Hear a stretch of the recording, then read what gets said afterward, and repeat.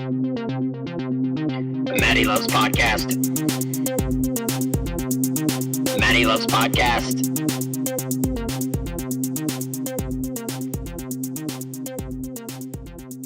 Ladies and gentlemen, welcome to another episode of Matty Loves Podcast Anniversary Week edition. This week marks the 1-year anniversary of Matty Loves Podcast, and so I am dedicating the entire week to bringing you each day a new episode of the show. This episode in particular, episode 41 now, is going to be dedicated to Star Wars Rouge One, the film that's going to be coming out this December. And who better to have me than Nick DeCicco to talk about Star Wars for the first time in several months. Admittedly, I was really burnt out by the end of January on the whole Star Wars thing. I'd seen it a lot of times, and, I'm still reading the comics, don't get me wrong, and they're amazing still. But I was just a little burnt out, and I had to kind of take a few steps back. We talk about something else other than Star Wars, because I swear from like November through December, that's it, man. That's all we talked. All we talked about was Star Wars, on and off the podcast. Yes, yeah, exactly. So Nick comes over here just a little while ago, and for the past, I would say 20 minutes, we've been rapping about everything, and so why wait? And we needed to just run in here and get started in recording here. We are again. I took the spacecraft and picnicked up. And this is I'm in the Starship TLMD 8129 that I've been in for the past few weeks. But anyway, so at the time of this recording, we have just been smacked in the face with a ton of new Star Wars news regarding Rouge One. Things were leaked. Mads Mikkelsen's character, couple months back. Well, Mads Mikkelsen, the actor, had kind of slipped and said that he was the father of our main protagonist, and her name is Jyn Erso. Jyn Erso. That looks about right. But anyway, so they released a bunch of monochrome headshots. Of why they're that color, I don't know. Entertainment Weekly, they got to do something special. Right, they got to do something special. So, with that said, Nick, where do we begin here? I mean, do we start talking about the characters? Do we start talking about, where we see this movie going? I think we could start with the characters. That'd probably be easiest. That's just the newest information we have. I mean, everything literally came out today. Right. From Entertainment Weekly, they just dropped a load of information on us. And we have all the Entertainment Weekly / IO9 news in front of us. I guess, first off, out of all the new characters, or I guess not, they're all new, but the names behind the characters and the little descriptions of them, which one jumped out at you the most? Probably Chirrut Imwe, which is the blind warrior monk who follows the path of the Jedi. Right, not a Jedi, but apparently follows the path of the Jedi, which I would imagine a group of people do over the course of time from, episode 3 to episode 4. I'd say so. So that definitely makes sense, and that's definitely intriguing. For me, I think it was K2SO. I've been reading 000 now for over a year. Yeah. In the Darth Vader series, which if you don't know, 000 is looks just like C-3PO, only he's painted jet black and he has red glowing eyes. He's evil. Yeah. He's super evil. He's a masochist more or less. Yeah. And so I'm interested to see what this droid voiced by Alan Tudyk is going to be. I mean, apparently in the brief description of the character, it says that he's more or less, I think EW said, he's like the antithesis of C-3PO. Yeah. So, he's not C-3PO. No, he just they said his personality is like Chewbacca's personality in a droid's body. He doesn't give a shit about what you think. Right. So I guess I'm guessing that the droid's humor is going to be rather dry. Yeah, I'd say so. I would imagine. I mean, it's Alan Tudyk, so he's always a dry comedian as well. Exactly. So that might be a match made in heaven. Yeah. Perfect. Yeah. One name that stood out was Captain Cassian Andor, who we had talked about actually in a few episodes earlier when we were first talking about this some of this news that had came out, and I was like, man, Captain Cassian Andor, the guy that plays it is Diego Luna. I just think it should be like Diego Luna as Diego Luna because that's definitely a Star Wars name, I think. Diego Luna. Yeah, most definitely. Yeah, the moon. Perfect. I mean, but they went with Cassian Andor, so I guess we'll see. He's a by-the-book rebel officer, so I by guess... the book, yeah. By the book, quote-unquote. So he don't break no rules. Nope. And I think he's going to be tested really hardcore with Jin, because he's with Jin on pretty much the whole movie. Okay, now who is Baze Malbus? Baze Malbus, as described here, says that he is pretty much best friends type with Chirrut, the blind warrior monk. It's like his sidekick. Yeah, so he's his eyes. That's who the Imperial spy is. Yeah, you think that's who the Imperial spy is? Yeah. You don't want to go direct, right? You go after I read Captain Cassian Andor, I'm like, goes by the book. He's going to sacrifice himself for everyone. And then Chirrut, he's going to be like, I can't believe you betrayed me. And then you've got this dude. Look at him, man. Baze Malbus. Yeah, dude. I mean, I'm just seeing him for the first time now. The picture of him. Yeah, that definitely looks like somebody that's going to screw everyone over. Except maybe Chirrut. He'll probably try. Chirrut's going to try to stop him after he's like, "Oh, how dare you!" This could definitely not happen at all. Yeah, because he doesn't believe in the Force at all. He's very Han Solo-ish. Yeah, I'm just trying to book. I'm just trying to book this this movie here. And then we have Bodhi Rook. Bodhi Rook. He builds things, I guess, right? He's the lead pilot. Oh, okay. Tends to be hot-headed, but any abrasiveness is overshadowed by his skills in the air. So he's a hotshot. Okay. Gotta have one of those. Yep. He flies a lot of cargo, one of his key jobs, Kathleen Kennedy said. And then he tends to be a little tense, a little volatile, but everybody in the group really relies on his technical skills. So you would be right. He is probably the big repair guy, especially in bad situations where they have to crash land or something like that. So probably he's the one that's going to discover first that what's-his-name is the bad guy. He's the turnabout, and he'll get killed. In some sort, yeah. Yeah, he'll be like that no! lovable, Yep. Lovable character. And then we, of course, got Mads playing Galen Erso, which he is the estranged father because Jin has been on her own for 15 years. See, okay, wait. Okay, so that's her estranged father. I thought that it was going to be... Yeah, because they kept saying Mads Mikkelsen, and I kept seeing this picture. I'm like, that's not Mads Mikkelsen. Mm-mm. All right, director... Okay, so then... Orson Krennic. This is Ben Mendelsohn. Mads Mikkelsen and Ben Mendelsohn. Dude, I think on the podcast I'm calling this guy Mads Mikkelsen. So okay, so basically Mads Mikkelsen then is some guy. So now I'm not as mad because originally I was like, why does the bad guy have to be the father of our protagonist? Now maybe Mads Mikkelsen is a bad guy. Shit, I don't know. What does it say? Well, it says that, Jin's estranged father is like the galactic version of nuclear pioneer J. Robert Oppenheimer, with doomsday knowledge that is sought by both the Empire and the Rebellion. So this is the dude that came up with the Death Star, basically. Or they had it, but they had the plan. Maybe he came up with the plan. Maybe he created a better laser. When he was a kid. Maybe he created that when he was a kid. Yeah. And they had him on the shits.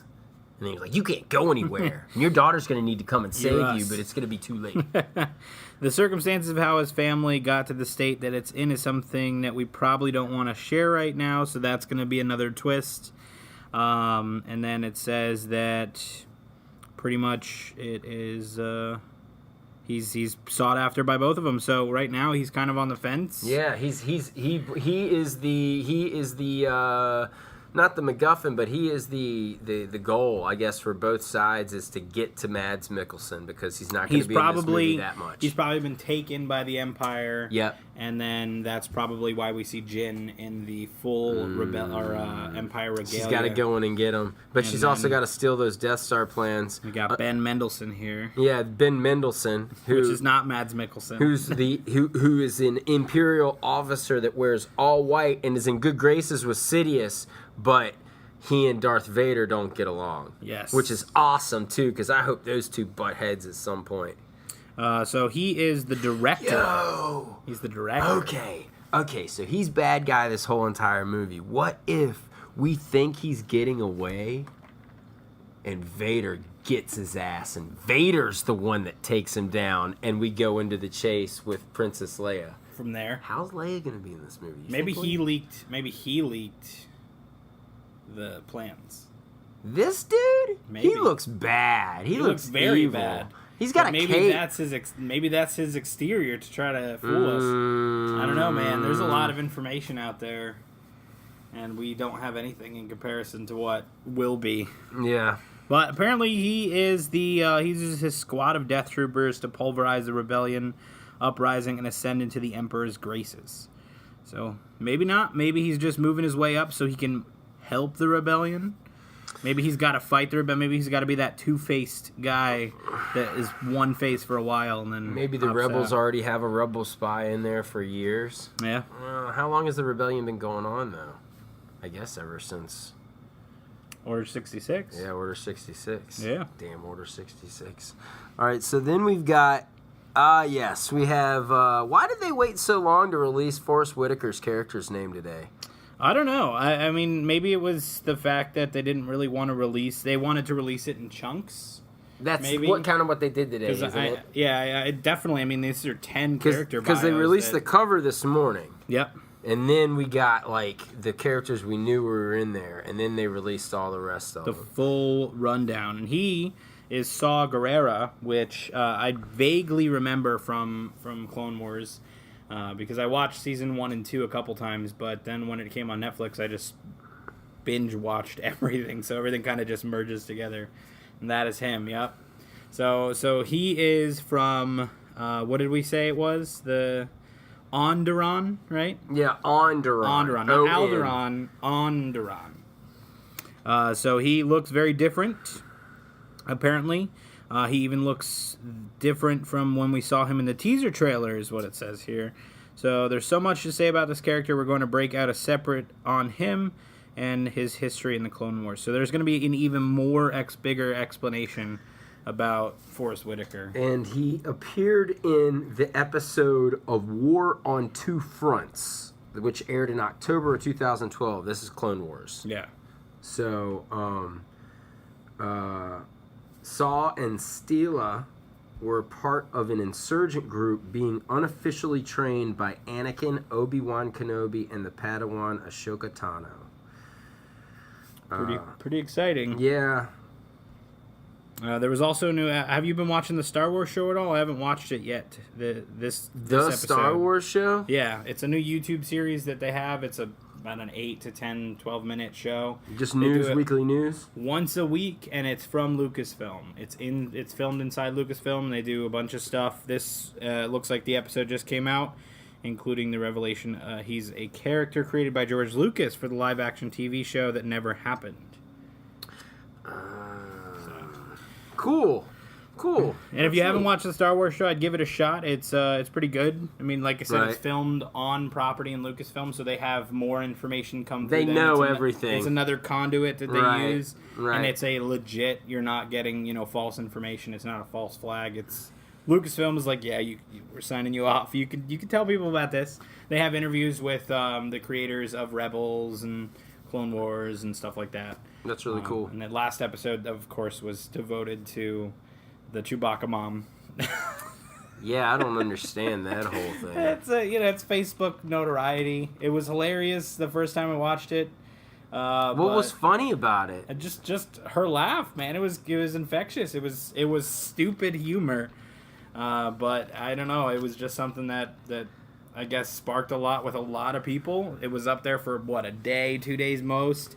She has her own Hasbro action figure now with a Wow. Chewbacca suit and a Chewbacca mask that comes off. Yeah, it's absolutely ridiculous now. Wow. I mean, hey, it's ways to gain 1 hour of fame in the Seriously. world today is not that hard if you really think about it. Okay, so we've gone through most of the characters here. So I've tried to pretty much figure out like how this shit's gonna go down just based on what I've seen today. But one thing that we were kind of touching on outside is how we think the film is gonna end. Which they already said the main thing that we were talking about earlier, which I don't think you knew about, was the movie is gonna lead up to like 5 or 10 minutes or so from the beginning of The Star A New Destroyer Hope. chasing the rebel ship. So something big is gonna happen within the last 15 minutes right before then. And we're going to be like, oh, yeah, maybe. Now, So yeah, now, I mean, I've had a big, huge change of heart just in the 15 minutes we've been talking about this because, like, I thought initially that the bad guy director was the father of the main character. And Yeah. I'm like, that's stupid. You've done this already. Yeah. Why do you keep having to do this shit? But now that I know that it's not, now I'm really interested in this, Now I'm interested because now I don't feel like it is going to be So you thought Ben as Mendelsohn tropey. was Mads Mikkelsen in the trailer. I thought him in his all white. Hendelson was Mickelson or whatever. Yeah, so, I mean, you can get easily confused that way in reading articles and shit. Absolutely. I definitely was for a while. Yeah, yeah, we know it's going to be 15 minutes. So how would you end it? What do you want the final 5 minutes to be? More or less, I want it to be focused on nobody in the movie. I want it to be focused on Vader and his lead up to New Hope. So you would have no problem with it just totally Deviating. Well, their story will end. 10 minutes left. Their shit will be over, and now we'll transition to Vader on the Star Destroyer. What is he gonna? What information did he just find out where he's so pissed off when he walks into this, Corellian cruiser? Right. You think that there was something else that was in the Death Star plans that he wanted? Do you think they're going to do that? Do you think they're going to say that, yeah, that disc contained the Death Star plans, but what it also contained was, the entire, list of remaining, possible Jedi-sensitive people in the universe. Maybe. I mean, it or could the definitely be whereabouts some of Luke. ridiculous He knows shit. where he is. Yeah, absolutely. You know what I'm saying? He's right over top of him right now. Right. And that's At that point. And that's the thing. Yep. That's the deal. So why are we headed to Tatooine? Yep. What's on that? There's something. I think they might do that. I want him to, like I was saying earlier, I want him to take out the director. I want the director to get by, and by that point... he's definitely gone. And if it's good, by that point we'll all be, so focused in on get that bastard. Yeah. To when he gets away, we get the Vader reveal at the very end, and he kills him. He's running down the hallway or something, and then just lifts up. No, he's just all by himself, and he thinks he's in a room and he's gotten away, and then just and you see the red lightsaber. Oh man, The glow of red on his back. And then you cut back to the good guys and whatever, and then because are we gonna say that they're on the ship? What ship? Because so what if when they show Vader board the ship, right, at the beginning of A New Hope, They're locked up. They get more intricate, and they show more of the damage that the stormtroopers do, and they end up killing them, wiping them out. They were to serve the purpose of just this film alone. Yeah. We're not going to get any more story. Well, they did say many Bothans died to get these plans, so maybe. I guess we'll see. It's definitely something that would be awesome to see, a whole new cast of characters, which we're obviously never going to see again unless they decide to do a continuation of something, which I don't know what they would do. because it literally was supposed to just lead right into episode 4, and that's it. I just don't know if Vader is the one that ends up doing it, if that really like works and following like the classic Star Wars Joseph Campbell hero's journey type of deal, because you're gonna want your main character to take care of the bad guy, but then you could argue, well, who's the main character of this whole story? Yeah. Anakin Skywalker. Yep. Arguably his Always. Lineage, With episodes 1 through 6, it's always going to be Anakin / Darth Vader. Right, exactly. Yeah. So him killing the director, no one should have a problem with. They said he's trying to cozy up to the Emperor. Right, and Vader doesn't like this. Yeah, dude. It's his parental figure, we're gonna first probably maybe get Vader in a holo, you know what I'm saying, the hologram. Projection. We might get the projection of him at first, but honest to goodness, man, I would just want there to be some talk of Vader. And then him show up out of nowhere, and us, once he gets in like that dark room, and thinks he's alone, we're gonna be like, "Oh, you're not alone, motherfucker." Yeah, exactly. The glow of just the red the glow on of the his red crossing, like Anakin at the end in episode 2, it's episode 2 when he goes and he kills all the Tusken Raiders. Oh. Three.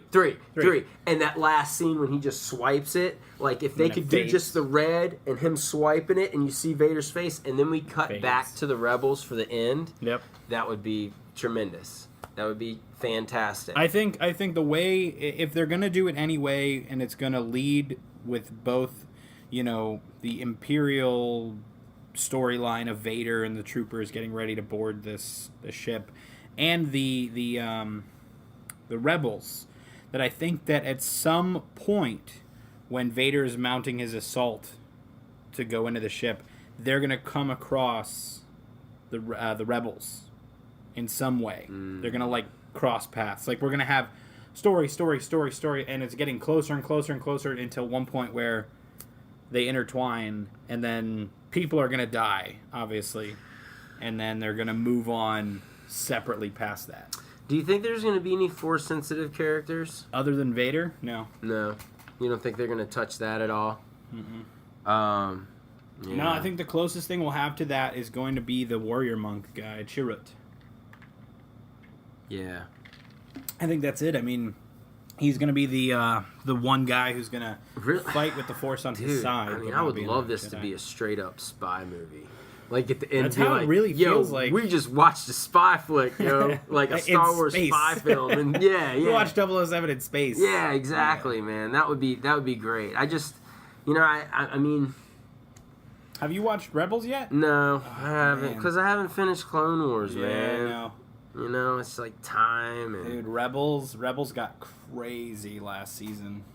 Right. Crazy. Yeah, that's what I hear. I hear that show is just like, you can't touch it. It's really good stuff. It's gotten, I mean, it was definitely, this is all right.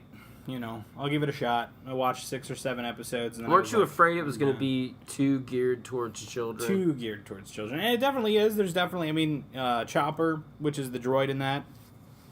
He is a no-nonsense droid, but, comedic. He's the...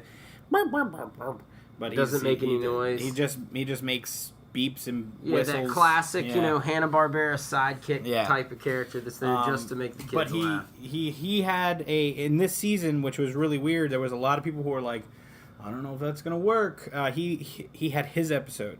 It was just him from the first 2 minutes in till the last 2 minutes. And it was just his episode, and it went really well. It was him and another droid that he came across on an Imperial ship, and this Imperial droid basically hated what he was doing, and he worked for the Clone Wars. He worked in the Clone Wars with the predecessor to the Imperial Army. So he was a tactician, and he did all some really cool stuff, and they put him on inventory maintenance. So he hated it. And then Chopper came across him, took off his restraining bolt, and this whole crazy story with them and how they escaped the Imperials and stole a bunch of cargo and all this really cool stuff. How do they do the dialogue?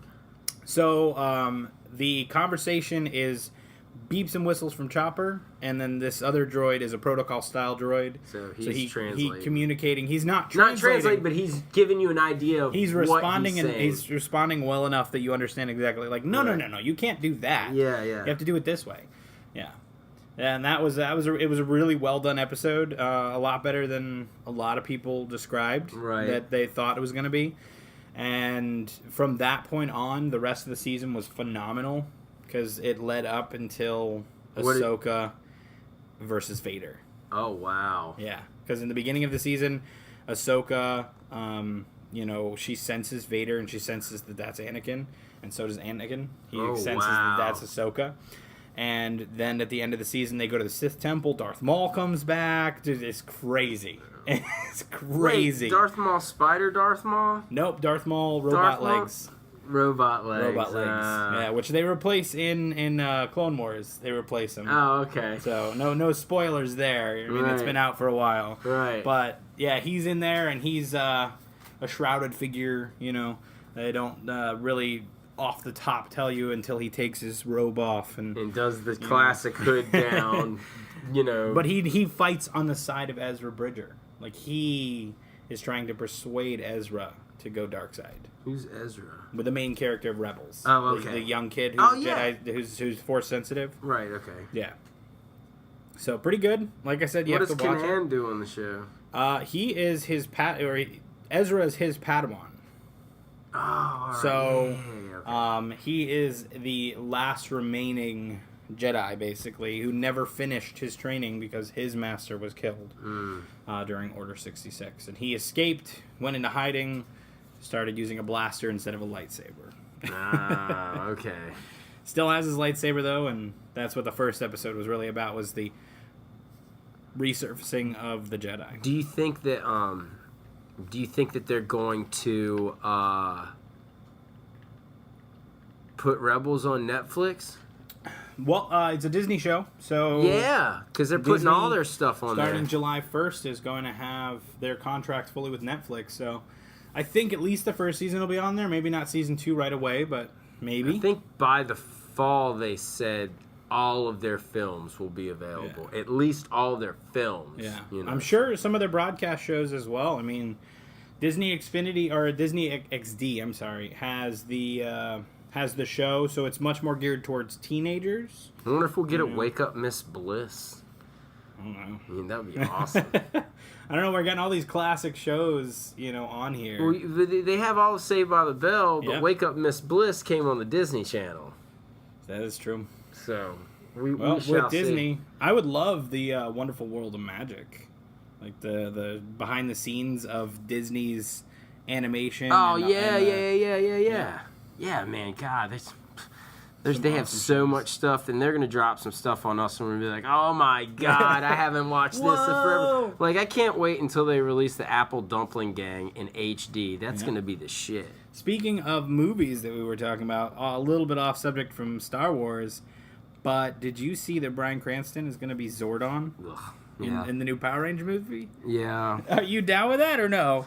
I mean, it's like, you want to look at this from nostalgic purposes, historically, if you don't know, folks, Bryan Cranston voiced two characters. A character or two on the Power Rangers. So, but I mean, so I think that's kind of where this lies. Is he's going to go back to that, make a ton of money to do this. Mm-hmm. But I just, I don't know. I think it's just going to be trash at the end of the day. It's going to make a lot of money. Yeah, that's all it's going to do. It's going to make a lot of money. I think it's definitely going to kill budget. Oh. Just because, think about our generation as it is right now.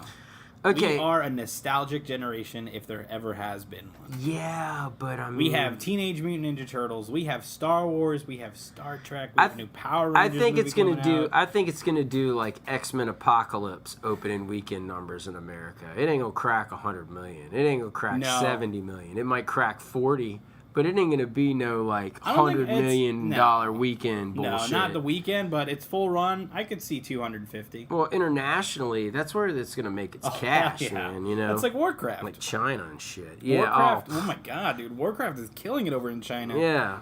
It is the now. But more on that later. Yes. We're gonna save that one because yes, because we'll do that one for the Jackie Robinson episode. 42. That's the next one, folks. You guys keep track. You didn't catch that. Yeah, but anyway, yeah, like, you know, Power Rangers. You know, I get it. Like, you know, I think it's gonna be the buzz is gonna be there initially, but I think it's gonna die out once your initial reviews come back. I mean, it really depends. I can't look at what's her name as Rita Repulsa. Yeah, I can't like. Unless she's like gonna just be like over the top, like Faye Dunaway Supergirl style. Yeah. Like, you know, I don't know. There it is. And you just beat the devil out of it. All right, let's keep on going. Sorry, we're watching Bob Ross as always while we're recording.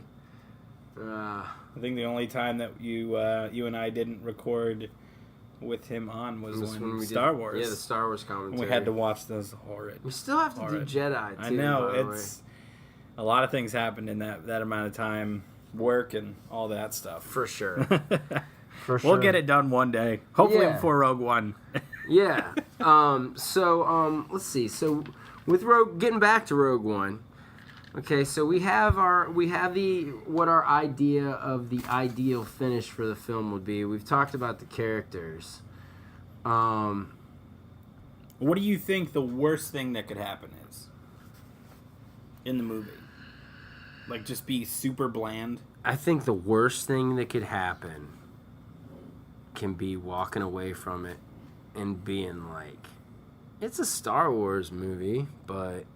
You know, like the feeling you got, like it's a Star Wars when you movie, watch episode but 1 or like 2. You know, yeah, I don't want that. I don't want that feeling, and I don't want the feeling of, man, why do they always just think they got to do the same shit in these movies like this every time? Like, this is outside of the trilogies, you know. Yeah. You know, why don't you like just, you know, give us a standalone straight up, you know, film? Yeah. And that's really what I'm worried about is that they just, you know, get all tropey, and instead of just giving us like the look and the, you know, and the feel, and you know, and but dropping us a story that is very predictable and we can guess what happens. Yeah. You know, I'm really hoping that doesn't happen either. Yeah. Man. I'm just, you know, I think that with, you know, the dreaded reshoots word that has been tossed around a little bit. Yeah, we were talking about that earlier. I think that Bob that Iger word. And Kathleen Kennedy, has, you know, they're doing a phenomenal job with the IP. Episode 7 is any indication of what this movie can be. I think that we're still in good hands. It's a completely different director, of course. Every one of the movies is going to be. So everything is kind of going to be a surprise. But as far as the news that we've heard, as far as the character development that we've heard, and as far as the little leaks that we've had here and there, other than, of course, Mickelson, I mean, it sounded pretty awesome. Yeah. We can't judge it too hard, but of course, we're Star Wars fans. We're going to be the biggest, harshest critics. For sure. For sure, and there's plenty of things, too, that, like, we're not going to find out until we see the film, you know, that they're keeping from us and whatnot. You know, I'm going to be really interested to see if we possibly get, like, you know, Leia on top of Vader and how they would do that. I don't think... Maybe we might get mention of her. Like the back of her head. I don't think we're going to get her... intently. I don't know, maybe. It's definitely anything's possible, man. Yeah. With everything owned by... Yeah, and I don't know how that would be received, though. You know, if they tried to do a CG Leia, or they tried to find an actress that, like, is, like, just, like, looks just like a young Carrie Fisher. I mean, if they want to do a behind the head shot, super thin girl. I think they could be able to do that. Yeah. But we're also gonna. Another thing too is we're gonna get R2D2 and C3PO in this movie. You think so? Well, we got to show how he gets the. Oh well, no, because she gives him the plans initially. We'll see them maybe in the end. Yeah. They'll be in the end. I think we'll get that ship at the end. I think we'll go. Oh, we're gonna get the ship. I think we'll go into episode 4 probably. From a different perspective. Right, and then you'll have the nerds that make the cuts. Yeah. Oh yeah. Of Rogue One into A New Hope. Right into it. Yeah. Yeah. Yeah. Yeah. So, but yeah, and then also too we were talking about, we have Star Wars weekend. Celebration weekend. Yep. Week, whatever you want to call it. 4 days of awesome information. When is that, March what? Mondays. Oh my God. Holy jeez. And God knows what movies will be coming out too during that period of time also. So okay, so we got Rogue One. Mm-hmm. And then that is going to have... Episode 8 comes out... next year. In the spring. Or in the summer. No, in winter. December. So it's now winter. Winter. Okay. Okay. Yeah, I think we're going to have... Well, Star Wars Celebration is coming up, I believe, in July over in Europe. Okay. England Star Wars Celebration, which is probably why they're ramping up so much news right now. So they're getting people pumped. They're going to get their first taste of Rogue One there. You probably have like a 5-minute We'll get the first full trailer for Star Wars 8 at Star Wars Celebration. Yep, here in Orlando. We'll get the one that's only like 27 seconds, 35 seconds, kind of like the first one when we saw the Millennium Falcon flip over, and take off, and we were like, dude, it's only like 20 seconds long. That's the greatest 20 seconds I've seen in a long time. So we'll probably get that, I would think, maybe. Oh, yeah.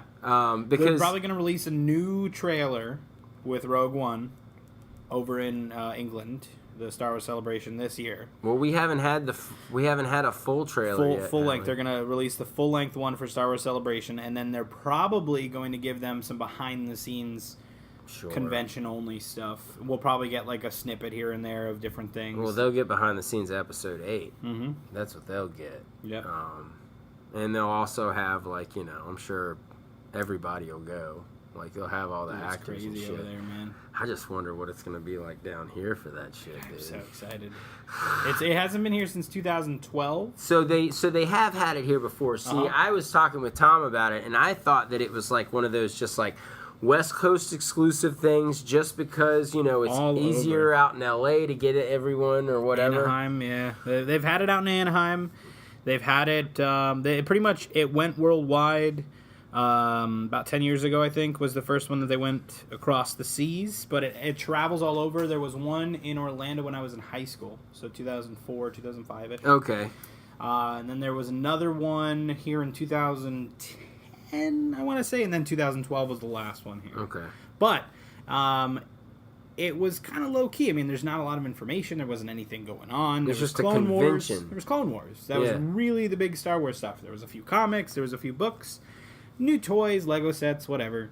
But now Star Wars Celebration has become the releasing ground outside of San Diego Comic-Con for Star Wars. Right. Because SDCC is the big, that's always the release. Here are all of our actors, this all is together. The new trailer. We're going to release some new, never-before-seen footage. Yeah. Now Star Wars has its own... Even though they didn't do that this past year. No. They didn't do it last year. They did that was the behind-the-scenes trailer that they showed us. Because they had Star Wars, the convention. Right. The celebration. Right. So that's what they said. SDCC is no longer going to be the releasing ground for Star Wars news. Why should it be? Yeah. It shouldn't be. If you have your own damn convention a couple times every year, that all you have to do is just start releasing shit, Once a year.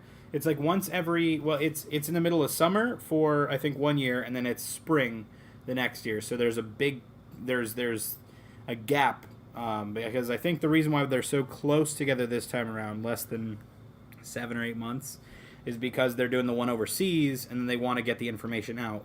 So people are pumped for like 8 months in 2017 with Episode 8. So I think we're going to see some crazy stuff for Episode 8. And then we'll get our first look at Han in 2018 for that next celebration. That'll be like preliminary, like sketches and stuff. Probably. We'll probably get a teaser For Han Solo, that's it's 2 18. years off? It's 18? 2018, man. Yeah. One movie a year. You know what, dude? I keep forgetting it's 2017 that we're going. Like, Yep. yeah. So okay. So yeah. We'll get at least like a 20-second job for that flick. Yep. And now we're talking. And we'll get the lineup for like the couple years after that. You know, imagine if Star Wars was one word, and the abbreviation for a Star Wars story would be like Rogue One, ass. You know? But it's not one word. It's asswas. At the very end of all these films, we will get asswas. Asswas. Han Solo 2. Oh my god, dude, that'd be awesome. I'm so excited for some news, man. Like this today was awesome. I was sitting at my new job this morning, bored out of my skull because I'm training, and I got a notification on my phone. New Star Wars news. I was like, what? Okay, let me go read this on my break. And then I went and read all of it. I was just excited, and I knew we were coming here today, so yeah, it's perfect got timing. to talk about it, right? Yeah, they lined it up perfectly. Yeah, for really, us. honestly. Well, I mean, I think that's going to do it here for this episode. Come back next time. I'm going to be with Nick again. And we are going to be talking a little more in depth about the Warcraft film and kind of like where this film can go from here. Because honest to goodness, even though it sounds kind of stupid, I could see this going like the route of like Star Wars, man. Like I could see them branching off, not only doing like movies, but also TV shows as well. But we'll get into that later next time. For Nick DeCicco, I am the host of Matty Loves Podcast, Matt Simone, and we will see you next time. Matty Loves Podcast. Matty Loves Podcast.